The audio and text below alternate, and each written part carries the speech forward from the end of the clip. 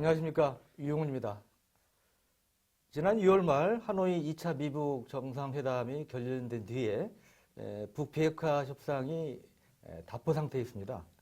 문재인 대통령께서는 오늘 11일에 워싱턴에서 한미 정상회담을 통해서 미북 핵 협상의 돌파구를 열려고 노력을 하고 계시고요. 북한도 오는 11일에 최고인문회의 그리고 15일 김일성 생일 등 굵직한 정치 일정들이 이달 중에 이어져서 김정은이 비핵화 관련해 중대 결단을 할 가능성이 높다고 점쳐지고 있습니다. 오늘은 더불어민주당 삼선 의원으로 국회 국방위원장을 맡고 계신 앙주백 위원장님을 모시고 각종 국방 현황과 비핵화 전망 등에 대해서 알아보도록 하겠습니다. 위원장님 바쁘신데 네. 나와주셔서 감사합니다. 네. 네. 예. 네. 우선 이제 개인적으로 참 궁금한 게 있는데요. 예.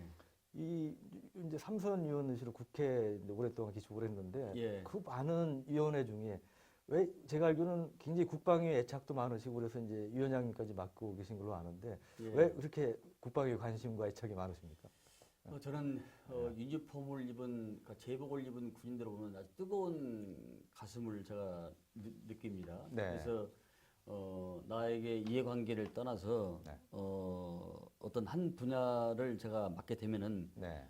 그 분야에 아주 천착하고 집요하게 하는 그런 성격이 있죠. 네. 그래서 제가 여기저기 상임위를 옮겨 다니지 않고 네. 한 분야에 오래 한 계기가 막 거기 있지 않냐 이런 생각을 하게 됩니다. 네. 예. 근데 이제 그동안 국방위 오래 맡으시면서 좀 생각나는 기억에 남는 에피소드 같은 거 없을까요? 많이 있습니다. 네. 세월이 10년이나 흘렀는데, 그렇죠. 첫째는 제가 우리 군인들의 그 정신적 자양분과 신체 건강을 위해서 네. 수요 전투 체육을 부활시키고, 네. 그리고 각군의 균형을 맞추기 위해서 각 군의 무기 체계를 발전시켜 준 거, 네. 보람의 사업을 성사시키고, 네. KD3 배치 2 네.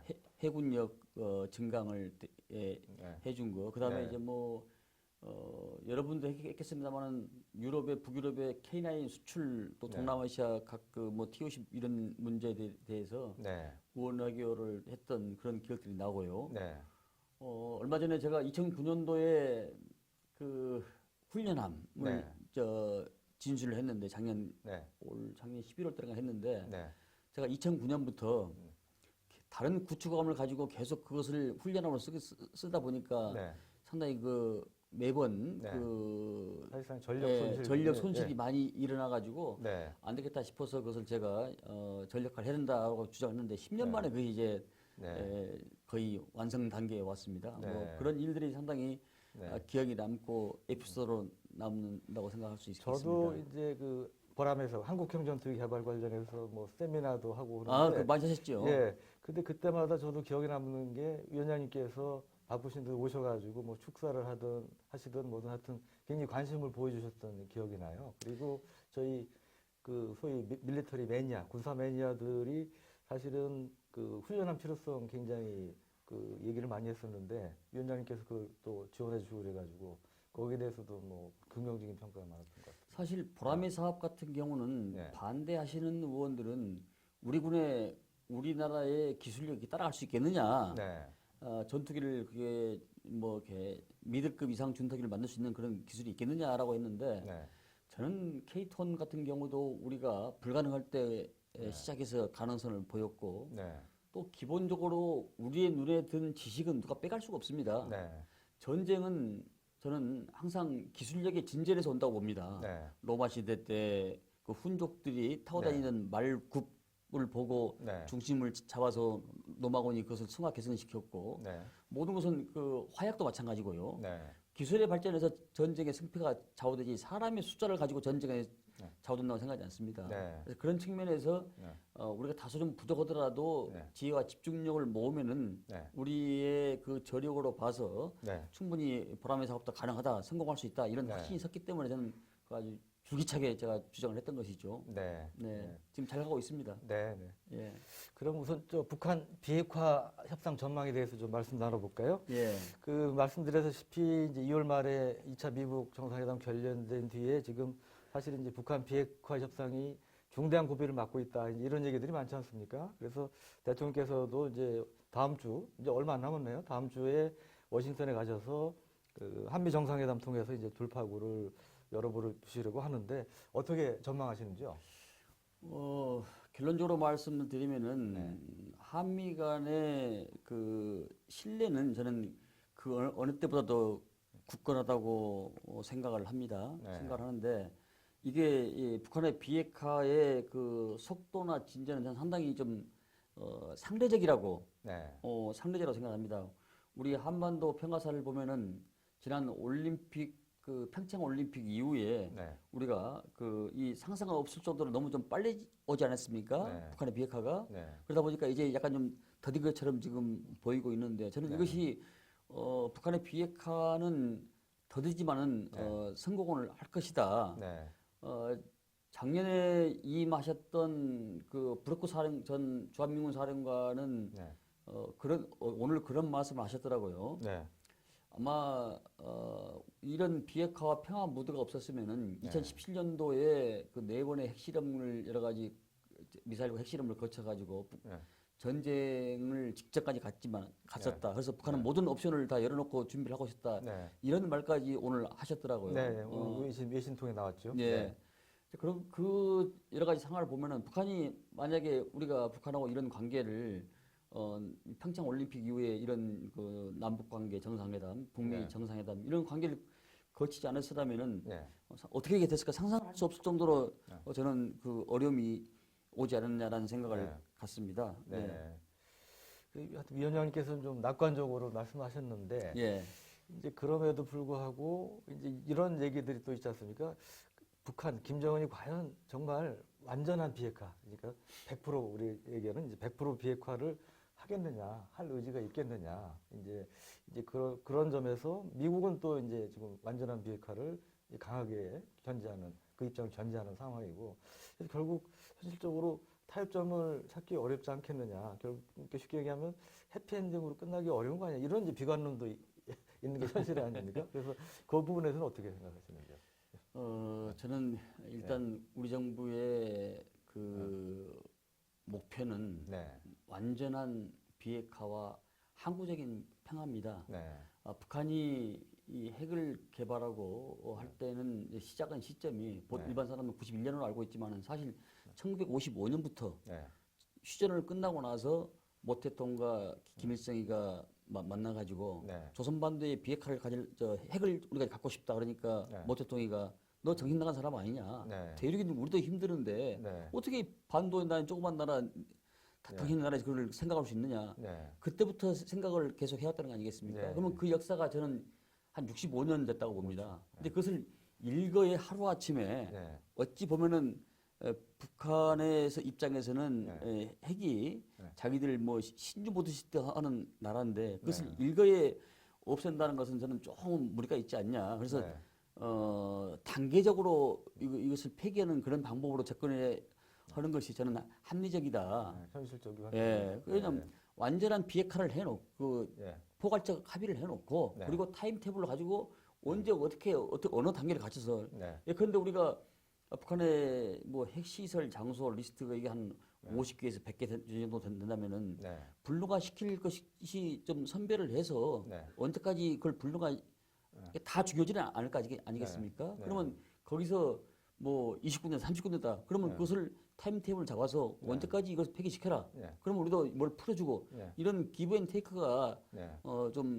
그렇게 가야 되지 않냐 이런 생각을 저는 항상 해봅니다. 네. 그러니까 기본적으로 합의 자체는 이제 완전한 비핵화에 대해 합의해놓고 근데 예. 현실적으로 그러니까 그 액션에 옮기는 것은 단계적으로 하는 그렇죠. 방법을 말씀하시는 거죠? 액션 플랜은 네. 좀 그 단계적 예. 접근 방법이 네.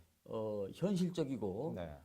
서로 간에 그것이 가능하지 않냐라는 생각을 네. 합니다. 네. 네. 네.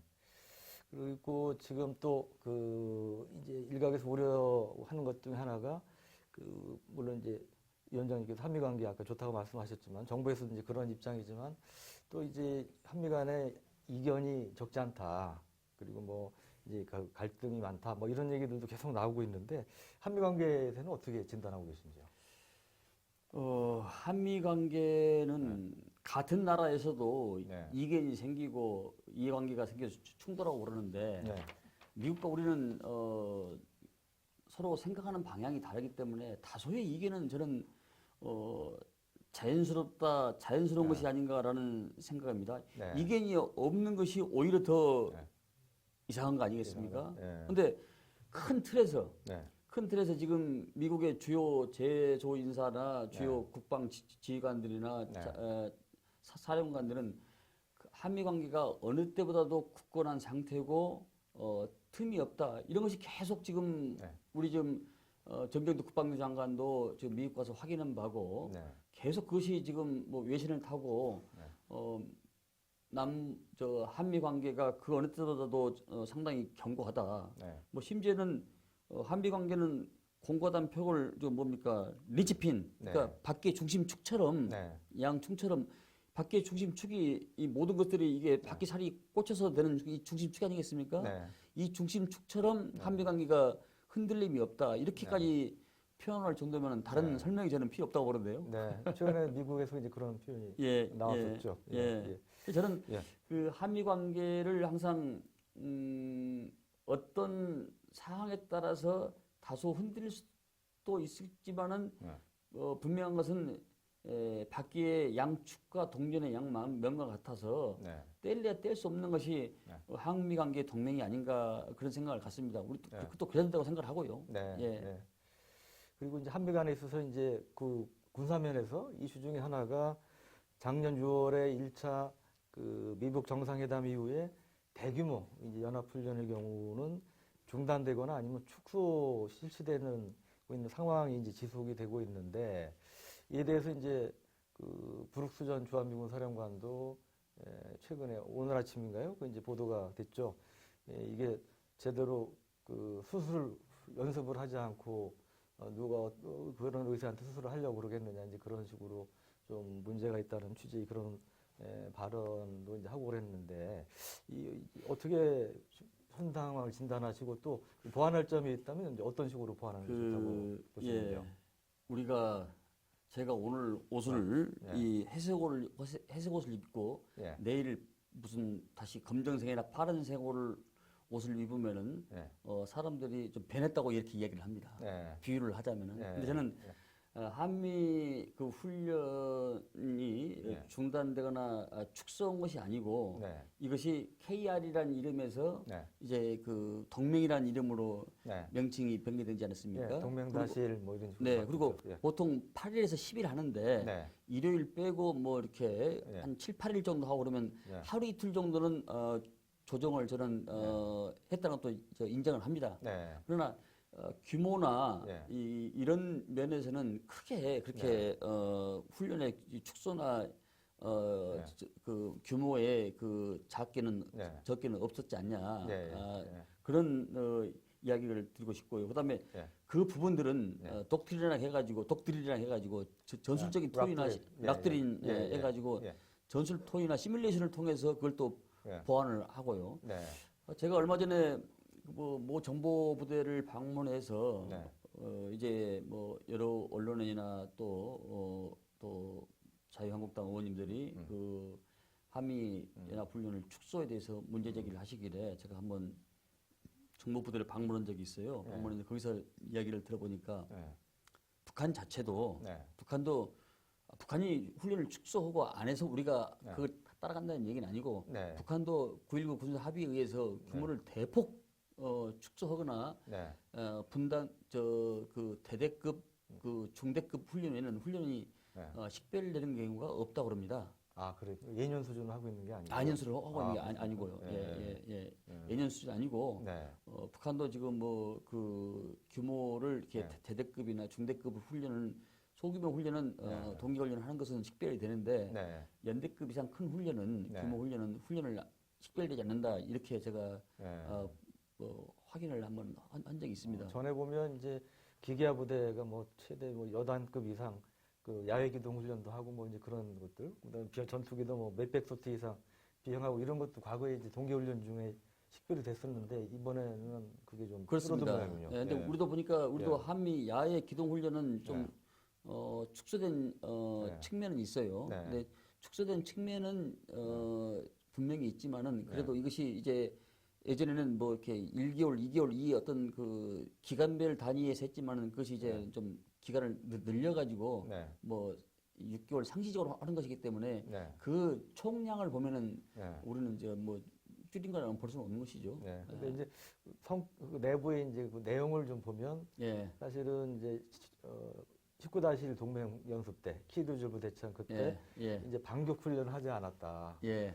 그래서 이게 사실 전론발이 훈련 아니었냐. 물론 이제 국방부에서는 위원장님 말씀하신 락 때릴 때 이제 반격 그 부분을 좀 보완했다고 그러는데 아무래도 그게 이제 본 훈련에서 빠지다 보니까 이제 그런 게 점에서 좀 차이가 있는 거 아니냐 이제 그런 지적들 좀 나오더라고요. 근데 이게 지금 어쨌든 간에 북한도 우리하고 같이 살아가야 할 민족이면서 또 적입니다.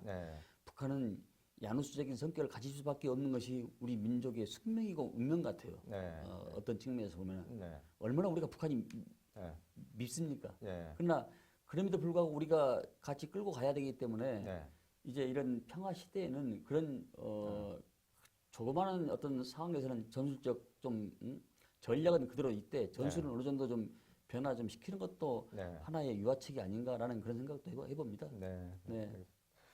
그리고 이제 뭐 또 이제 논란이 되는 것 중에 하나가 지난해 이제 평양 정상회담 이후에 군사 합의가 있지 않았습니까?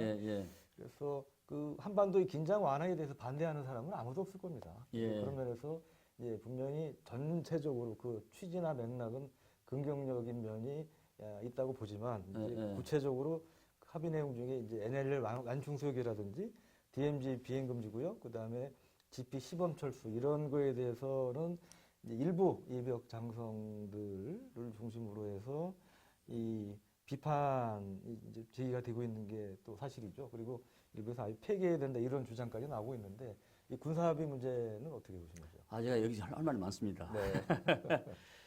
NLL 평화수역 문제는요.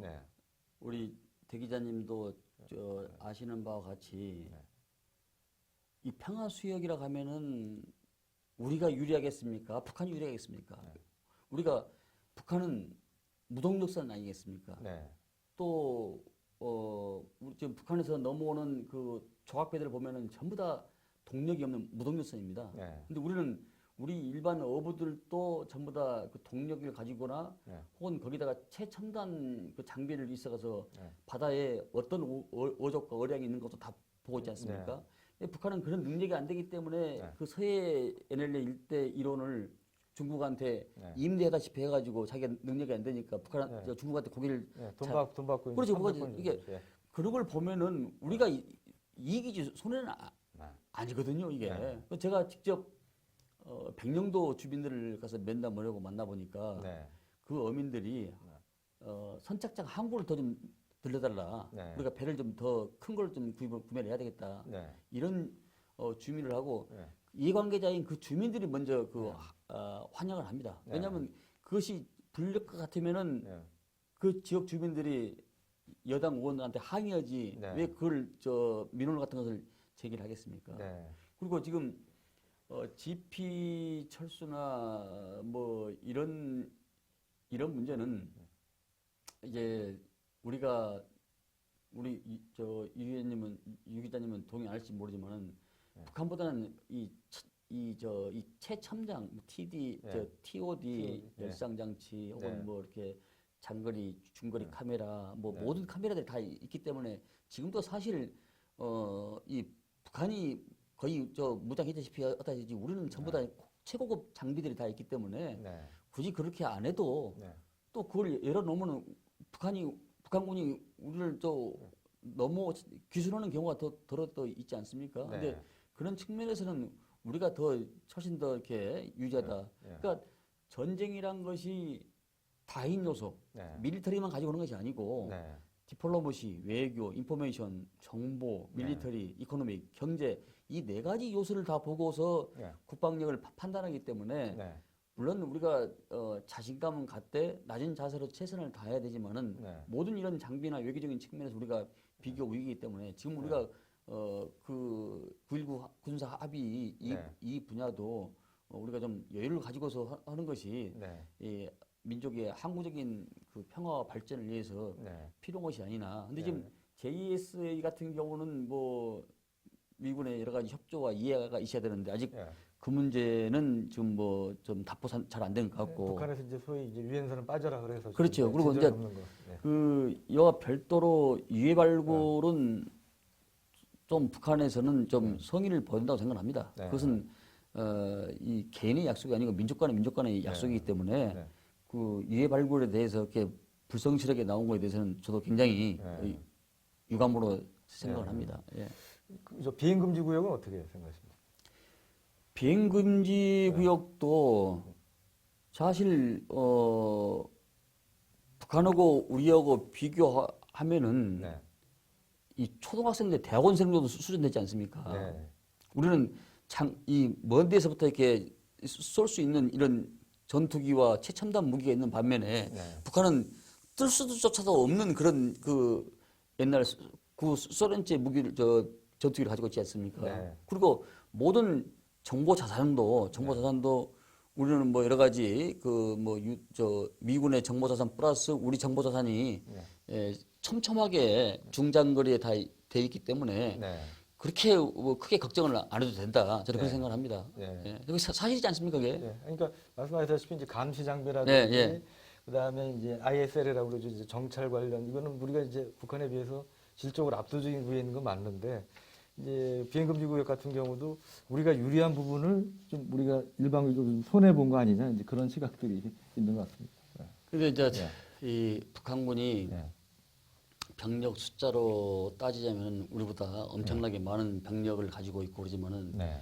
우리가 수학에서 0 곱하기 1000은 0이지만 1 곱하기 1은 1이거든요. 네. 아무리 저쪽이 이 숫자가 많아도 우리의 최첨단 이 무기와 또 이 그 둘의 플레이가 있기 때문에 네. 어떤 상황이 닥치더라도 저는 그 자신감의 바탕에서 군사적 비교 우위라고 저는 생각을 합니다. 네. 예. 하여튼 그 NLL 같은 경우도 말씀하셨다시피 이 어선의 그 수준이라든지 이런 거는 우리가 분명히 우위에 있는데 예. 이제 일각에서 우려하는 거는 이제 그런 것 같습니다. 그 북한 선박 같은 경우는 순수하게 민간 선박이라 보기 어렵다. 사실은 비무장한 군인이 있어서 이제 조업을 하는 경우가 많다. 이제 그런 차이도 얘기도 하고 이것은 이제 NL 중심으로 등면적으로 이제 공동 조업원장이 만들어지지 않겠습니까? 남북 같은 면적으로. 근데 보통 보면 그 어민들 해군 얘기에 따르면 NL을 중심으로 북쪽보다는 남쪽이 사실은 더 그 고기 어종도 다양하고 어종도 다양하고 이제 저 고기를 잡는 것도 사실은 북쪽에서 잡을 게 쉽게는 별로 없다는 거죠. 그래서 그것도 이제 우리가 사실은 손해 볼 여지가 있는 거 아니냐 이제 그것들을 우려하는 것 같습니다. 근데 그 바다가 바로 이렇게 NLL 이제 뭐 5km, 2km인데 그 바다 바로 붙어 있는데 어연량이 여기가 막고 저 북쪽이 짧고 이쪽이 막고 저쪽이 얼마나 그 얘기 하겠습니까? 다 같이 보이는 어연량을 자연스럽게 거기 그 지역을 인근을 왔다 갔다 하는 것이죠. 하여간 이 군사합의 문제는 저는 딴 것보다 뭐 이것도 뭐 저기지만 1조 1항에 보면 그 남북 군사 공동에 관련된 부분이 있습니다. 위원장님께서 국방에서 여러 번 거론된 걸로 제가 알고 있는데 거기 보면 이제 그 대규모 훈련에 무력 증강으로 표현됐죠. 사실 전력 증강 문제 뭐 이런 거를 군사 공동위원회에서 논의할 수 있다 이렇게 되놓으니까 그거 가지고 저는 무력 증강, 전력 증강 문제 가지고 북한이 계속 지금 트집을 잡고 있지 않습니까? 그래서 저는 이거야말로 정말 좀 개선이 필요한 부분이 아닌가 그런 생각이 근데 듭니다. 지금 최첨단 F-35A가 우리가 40대가 도입이 되고 또 이 해군도 뭐 핵추진 잠수함까지 지금 그건 사실 그 한미 군사력 한미 핵 협약이 없어도 그건 가능한 겁니다. 원자력 20%밖에 안 되기 때문에 80% 이상이 아니고 20%이기 때문에 그 북한과의 그런 협의가 없고 그런 게 없어도 지금 계속 우리가 전력 증강을 하고 있기 때문에 뭐 그런 부분들은 뭐 하더라도 우리가 감내를 해야죠. 북한이 뭐라고 그러고 무시하고 일단 뭐 일일이 우리가 대응할 필요는 없는 거죠. 네. 그 흔히 우리가 지금 네. 기존에 전력화 했던 사업을 더 이렇게 줄이거나 만약에 그게 사실이었다면 이번에 국방 예산 8.7%가 전력 증강비가 군사력 개선비가 더 증강이 됐겠습니까? 네. 그걸 보면 뭐 답이 나와 있는 것이죠. 네. 예. 전에 정부가 못했던 것을 지금 더 강화시키고 더 세게 하고 있는 것이죠. 네. 네. 알겠습니다. 그리고 지금 이제 문재인 정부가 의욕적으로 추진하는 게 이제 크게 이제 국방개혁 2.0이라고 네, 표현이 네. 되죠. 여기에는 뭐 여러 가지 전력 증강도 이제 들어가지만 이제 병력 감축 문제, 복무 단축, 대체 복무제 도입 이런 부분들도 포함이 되다 보니까 이제 이런 부분에 대해서 이게 사실 우리 전력을 약화시키는 거 아니냐. 그리고 특히 육군 같은 경우는 일종의 뭐 삼중 쓰나미를 맞고 있다 이런 표현까지 이제 등장을 하는 뭐요? 삼중 쓰나미. 아, 이제 삼각 파도를 예, 맞아서 예, 이제 예. 상당히 어려움이 크다는 얘기죠. 예. 이 세 개가 이제 한꺼번에 진행이 되다 네. 보니까 그래서 이 국방개혁 2.0 문제에 대해서 어떻게 보시는지. 국방기 2.0은 좀 늦었습니다. 좀 빨리 해야 되는데 네. 그 점이 저는 좀 시기가 좀 안타까운 생각을 먼저 갖고 있습니다. 네. 정부 초기에 해야 되는데요. 네. 어쩌다 보니까 우리가 지금 뭐 4대 과제, 뭐 4대 분야, 42개 분야를 지금 식별해 놓고 있는데요. 네. 토인비는 역사를 도전과 응전에 비유를 했지 않습니까? 네. 예, 그 도전에 적절히 응전하는 민족과 조직은 살아남고 그렇지 않은 것은 역사에 소멸된다고 그러는데 지금 네. 우리가 국방 환경이 엄청나게 지금 변하고 있습니다. 네. 그리고 이 병력 자원의 절대 감소는 네. 이것은 뭐 선택할 수 없는 그 우리의 그 자연적인 환경이 아니겠습니까? 인구 절벽 따라서. 그렇지. 이게 네. 기존 프레임을 적용해서는 도저히 전과 같은 국방력을 유지할 수가 없습니다. 네. 그래서 국방개혁 2.0을 해서 네. 강력한 국방과 책임 국방 네. 이것을 구현을 해서 그 나머지를 이제 뒷받침하자. 네. 그래서 이제 군도 슬림화시키고 네. 새로운 4차 산업에 맞게 제가 모두에다 언급했다시피 전쟁은 기술이다. 네. 그래서 기술을 향상시키는 네. 4차 산업 접목을 해서 가야 된다. 이렇게 네. 해서 우리가 이 기술, 과학기술뿐만, 국방기술뿐만 아니라 경제력의 시너지도 일으켜가지고 그 일자리 창출해야 된다. 제가 네. 얼마 전에 이스라엘을 가보니까 네. 이스라엘은 이 국방의 소프트가 굉장히 발전된 것은 네.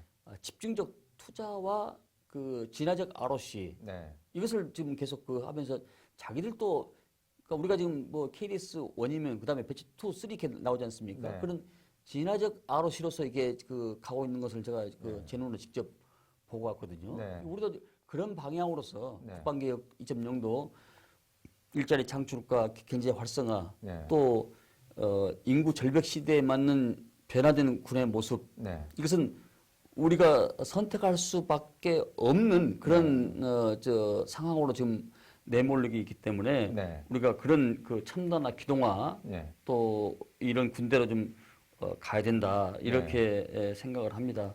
아마 세계 강국인 미국과 러시아, 중국도 네. 아마 그런 이 첨단 과학화 군대로 가고 있지 않냐. 네. 그래서 우리 국방개혁 2.0도 지금 뭐 약간은 좀 늦었지만은 지금 네. 법 제정과 이 개정도 지금 약 66건이가 됩니다. 네. 지금 시급합니다. 관련 법이 그렇게 많아요. 그렇습니다. 재개정을 해야 될 것이, 네. 재정과 개정을 해야 될 것이. 네. 그래서 좀 탄력을 받고 좀 가야 되겠다 지금 그런 생각을 갖고 있습니다. 예. 저도 사실 개인적으로는 전에 이제 세미나에서도 그런 얘기를 여러 번 했었는데 이제 우리 한국군이 이제 북한군과의 전면전을 상정하다 보니까 특히 육군 같은 경우는 이 북한군 병력이 지금 뭐 120만 가까이 되지 않습니까? 그러다 보니까 원래 우리의 어떤 그 시스템, 예산 구조라든지 뭐 이런 걸 봤을 때는 한 40km, 50km가 정상 체중인데 이 몸과 몸이 부딪히는 스모식 전쟁을 상정하다 보니까 이 북한군 최고가 이제 한 120km 되니까 우리도 이제 몸집이 불려서 한 60km 넘게 유지해온. 그러니까 이게 정상 체중보다 더 많은 체중을 갖다 보니까 한국군에 여러 가지 질환이 생겼다.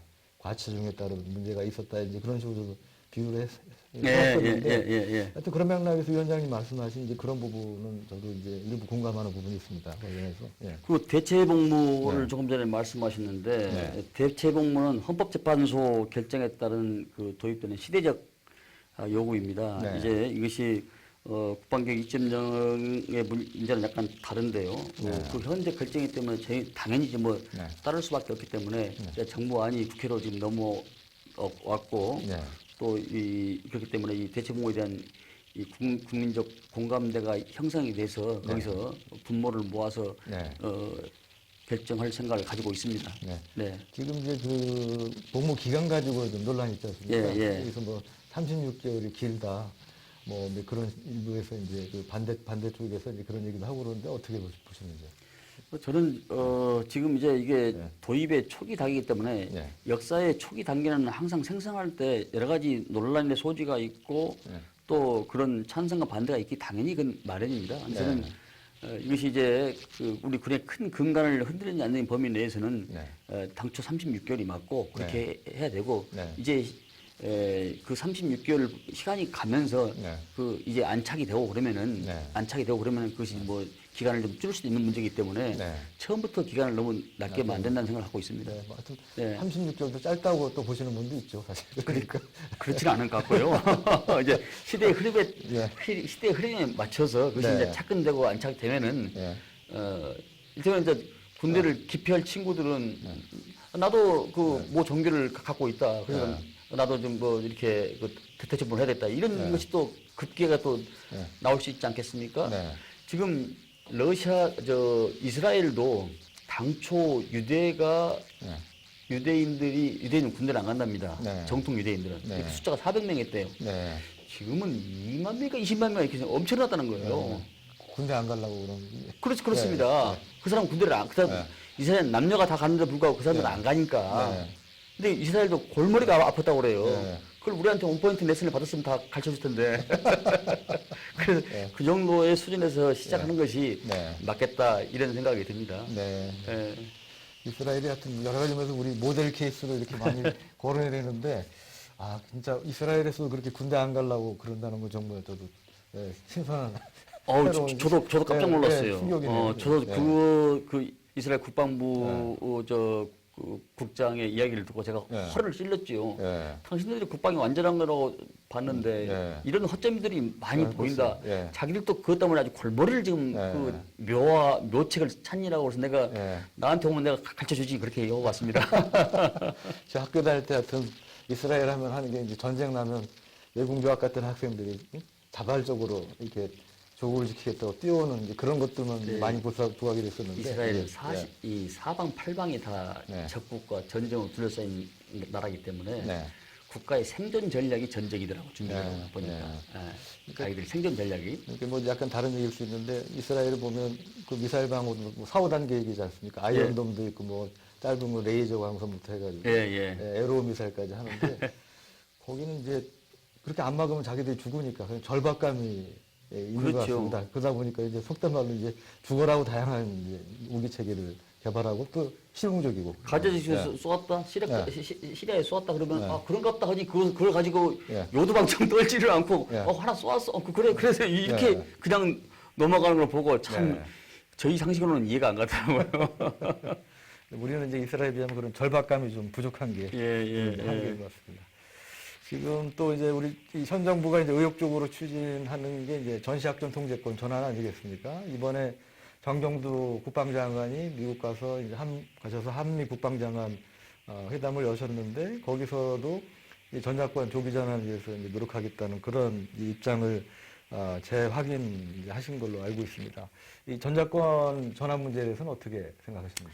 저는 궁극적으로 전작권 전환에 대해서는 반대할 사람이 그렇게 많지 않다고 생각합니다. 우리가 자주국가로서의 우리 군대는 우리가 지혜해야 하는 것은 너무도 당연하고 저는 평범한 진리고 명제거든요. 하지만 현실은 이것을 우리가 충족시킬 수 있는지가 저는 관건입니다. 뭐 지난번에 전작권 전환 문제가 어제 오늘 일이 나온 것은 아니고 네. 2006년부터 이게 지금 물경 13년 동안 네. 이어져 온 문제가 아니겠습니까? 네. 그 조건에 기초한 전작권 전환 문제. 네. 제가 국방위를 하면서 2011년도 제가 그 기록을 보니까 그때도 합참에서 73%의 전작권 그 진척을 보고 있다. 네.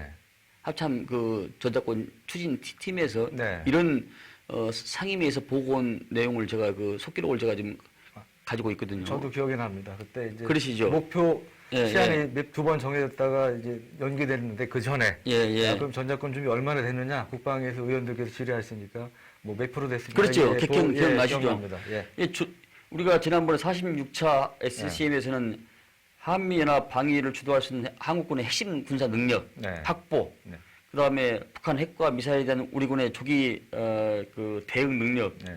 전작권에 준비한 한반도와 주변 국가의 그 안보 환경 이 세 가지 조건을 지금 제시를 하지 않았습니까? 네. 이 세 가지 조건이 충족이 돼야만이 네. 조건이 달성돼야만이 이제 전작권이 오는 것이기 때문에 우리가 네. 갖고 싶다 해서 가는 것이 아니고 네. 또 주고 싶다 해서 주는 것이 아니기 때문에 이 조건이 충족이 안 되면은 그건 쉽지가 않죠. 네. 이제 금년도 8월경인가요? 네. IOC 네. 최초 그 운영 작전 능력을 검증을 해서 네. 이제 그게 우리의 한국군의 군사력 능력이 얼마나 되는가를 한번 시험해 보고 네. 거기에 대해서 이제 그 우리가 받을 수 있는 여건을 또 검토하면서 네. 이번에 또 그 우리 합참 의장하고 네. 지금 주한미군 사령관하고 그 특별 상설군사위원회를 매달마다 이렇게 협의를 하게 되지 않습니까? 네. 이제 거기서 나오는 것을 한번 좀 봐봐야 되죠. 네. 하여튼 뭐 저는 시기도 중요하지만 더 중요한 것은 우리가 어느 정도 조건에 기초한 전작권을 우리가 받을 수 있는 그런 것이 능력이 얼마나 구비됐냐 네. 이것이 저는 관건이라고 생각합니다. 그러니까 위원장님께서도 그러니까 기본적으로 꼭 뭐 언제까지 해야 된다는 그게 아니고 기본적으로 조건이 충족이 돼야 이제 우리가 갖고 오는 게 그러니까 이제 바람직하다고 보시는 거죠. 뭐 시기도 중요하지만 네. 일단 뭐 전작권이라는 것은 우리가 능력을 갖춰야 된다. 네. 그렇게 생각합니다. 네. 네. 최근에 또 이제 보면 복잡해진 문제 중에 하나가 한일 간의 이제 갈등 이게 사실은 뭐 외교적인 면 또 이제 군사적인 면 뭐 이제 계속 얘기가 되는데 이제 군사적인 면은 지금 좀 이제 소강 상태지만 작년 말부터 한동안 이제 소위 그 일본 초계기 레이더 조준 논란 때문에 예. 상당히 이제 군 당국 간의 양국 군 당국 간의 갈등이 이제 고조가 됐었는데 이게 이제 한미일은 사실은 특히 이제 북한 핵 문제라든지 이런 데 있어서 이 안보 협력이 또 필요한 국가들 아니겠습니까? 그래서 이러한 삼국 간의 안보 협력 문제를 감안한다면 이러한 그 레이더 조준 논란 같은 이런 것들 정말 바람직하지 않다. 이런 이제 시각도 적지가 않습니다. 위원장님께서는 이 상황을 어떻게 좀 풀어야 한다고 보십니까? 정확히 이제 말씀을 드리면 레이더 조준 논란이 아니고 네. 그 일본 해상 초계기 조공 네. 근접 비행이라고 네. 저 이 문제 때문에 일본을 가서 일본 해상 막장이랑 네.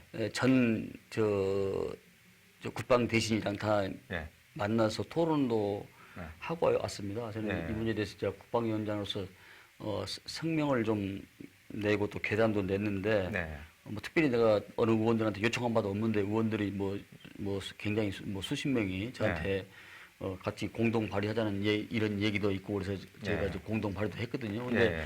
이 문제는 저희들이 그 일본하고는 어쨌든 간에 가깝고도 먼 나라이기 때문에 네. 또 우리가 같이 살아가야 할 그 이웃 나라이기 때문에 장기적으로 하는 것은 바람직하지 않고 네.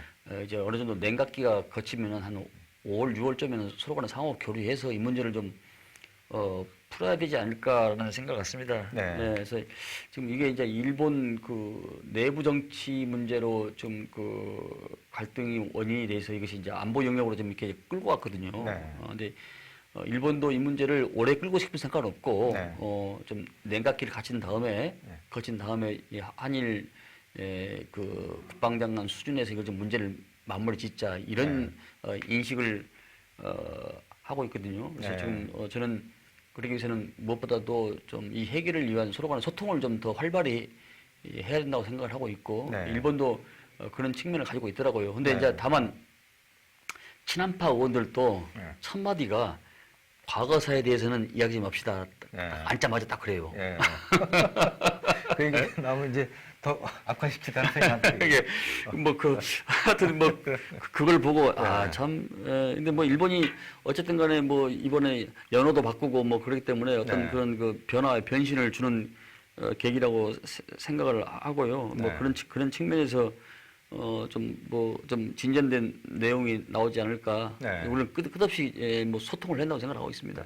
그러니까 일본 직접 가서 관계자들 만나보시니까 일본도 소위 이제 판을 깨려는 그런 생각은 없는 것 같다는 말씀이시죠? 그렇죠. 예. 판을 깨려는 생각은 없는데 예.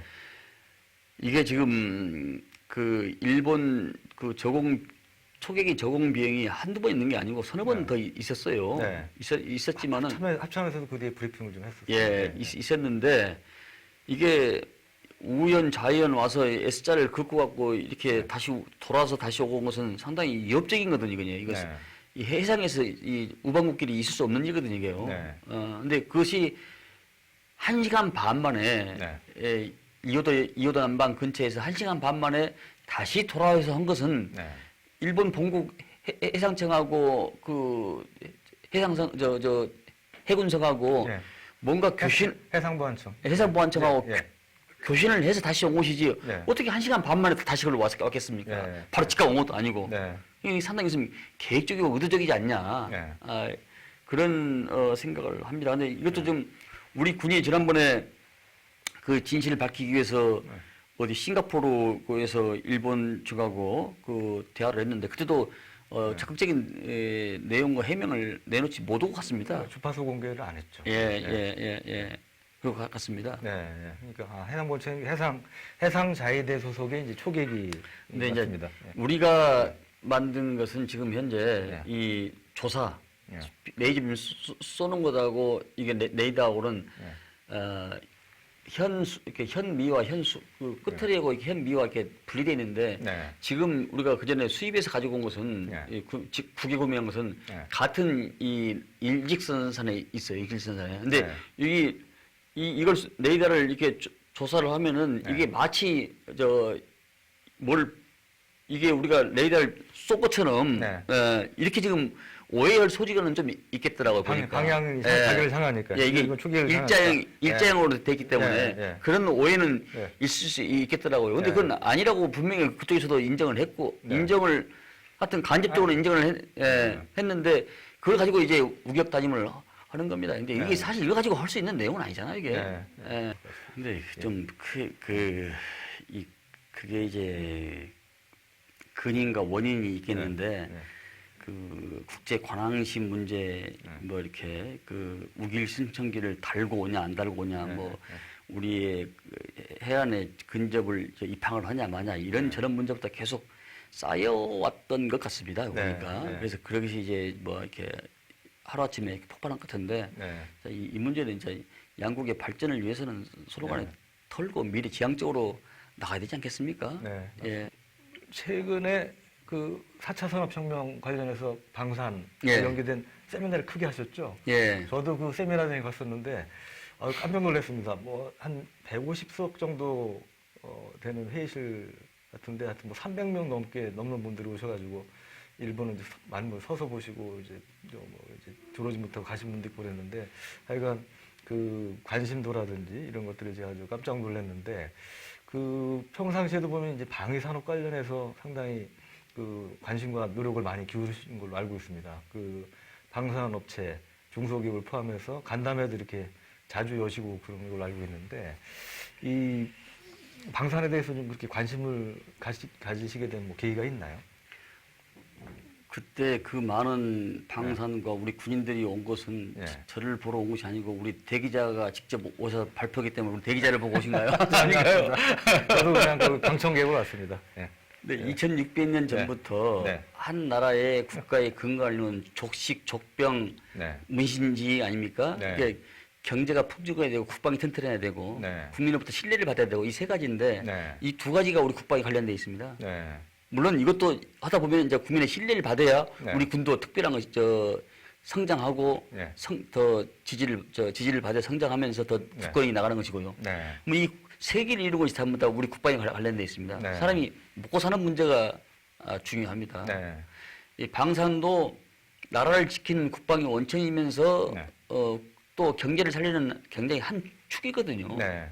근데 우리가 지금 현재 이 그 과도한 그 ROC 문제, 네. 또 그 지난 정권에서 우격다짐한 방산 비리에 대한 프레임에 이렇게 갇혀가지고 네. 이거 지금 한 발짝 또 지금 진척을 못 오고 있습니다. 그래서 네. 그 해결책은 우리나라 이 방위산업계의 방산의 해결책을 좀 키우고 또 네. 기초체력을 좀 키우는 길만이 네. 그것이 우리가 나가는 길이 아닌가. 그러기 네. 위해서는 우리가 수출을 해야 되고 네. 이 국내에 뭔가 좀 수출을 국방에 대한 방산에 대한 수출 컨트롤 타워가 있어가지고 네. 그 컨트롤 타워에서 네. 유기적으로 좀 할 수 있는 그런 시스템이 좀 필요하다. 네. 그러니까 유기적인 성장체 역할이 필요하다는 시점을 갖고 있습니다. 네. 왜냐하면은 ADD에서 무기 체계를 연구하면은 비무기 체계는 네. 키스테이트 연구를 많이 하고 있습니다. 네. 근데 이게 지금 연기가 잘 안 되고 있어요. 네. 또 기업에서도 과다한 또 R&D가 또 지출이 되고 있고요. 네. 이런 시스템 축을 좀 저는 한번 좀 만들고 싶습니다. 그래서 네.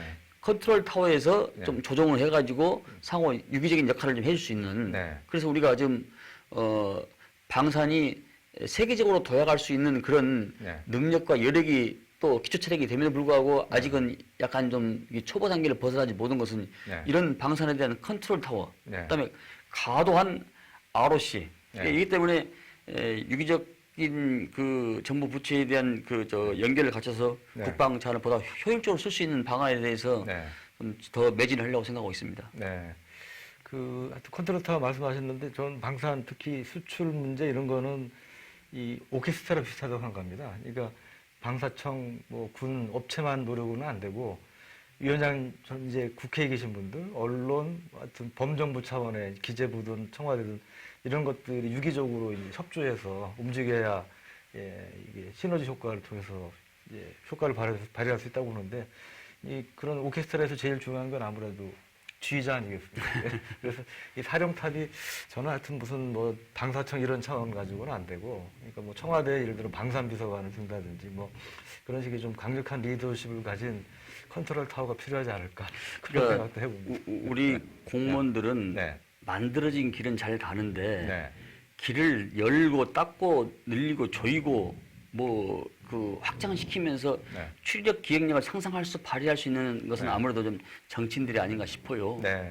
그래서 그런 역할을 좀 해보고 싶습니다. 네. 예. 많이 좀 응원해 주십시오. 네. 또 국민들 다양한 의견도 듣고 싶고요. 네. 예. 근데 말씀 나누다 보니까 정말 시간이 벌써 다 지났습니다. 그 끝으로 이제 우리 국방위원장이라는 중책을 맡고 계신데 국방위원장으로서 우리 국방안보 문제 관련해서 뭐 더 하시고 싶은 말씀 없으신가요?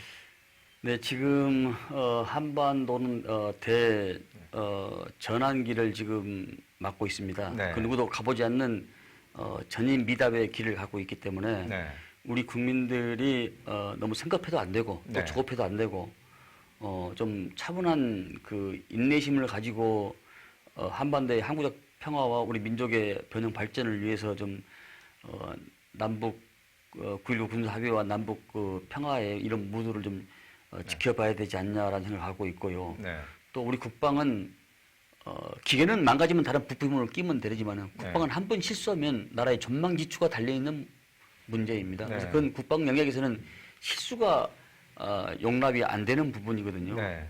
이제 배가 급하다고 네. 뭐 태풍을 힘으로 가면은 그 배가 엎어지지 제대로 가겠습니까? 네. 예, 순풍에 닷을 달고 갈 수 있도록 주변에서 좀 많은 지혜를 좀 모아주고요. 네. 그렇게 해서 우리가 이 대한민국 발전을 위해서 한 마음으로 나가고 우리 국방력이 더 강화가 된다면은 네.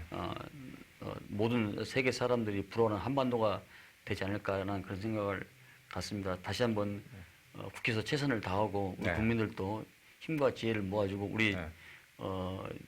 대기자님도 좀 많이 좀 원포인트 레슨 해주십시오. 제가 뭐 위원장님께 그렇게 말씀의 수준은 안 되고요. 알겠습니다. 예. 오늘 저 장시간 정말 좋은 말씀 예, 감사합니다. 예. 네, 네, 오늘 장시간 시청해주신 여러분 고맙습니다. 앞으로 우리 양규백 위원장님께서도 계속 균형 감각을 가지시고 중심을 잡아주시기를 기대하겠습니다. 저는 다음에 또 여러분들께서 관심 있으신 안보 현안을 가지고 말씀을 나누도록 하겠습니다. 감사합니다. 아이고.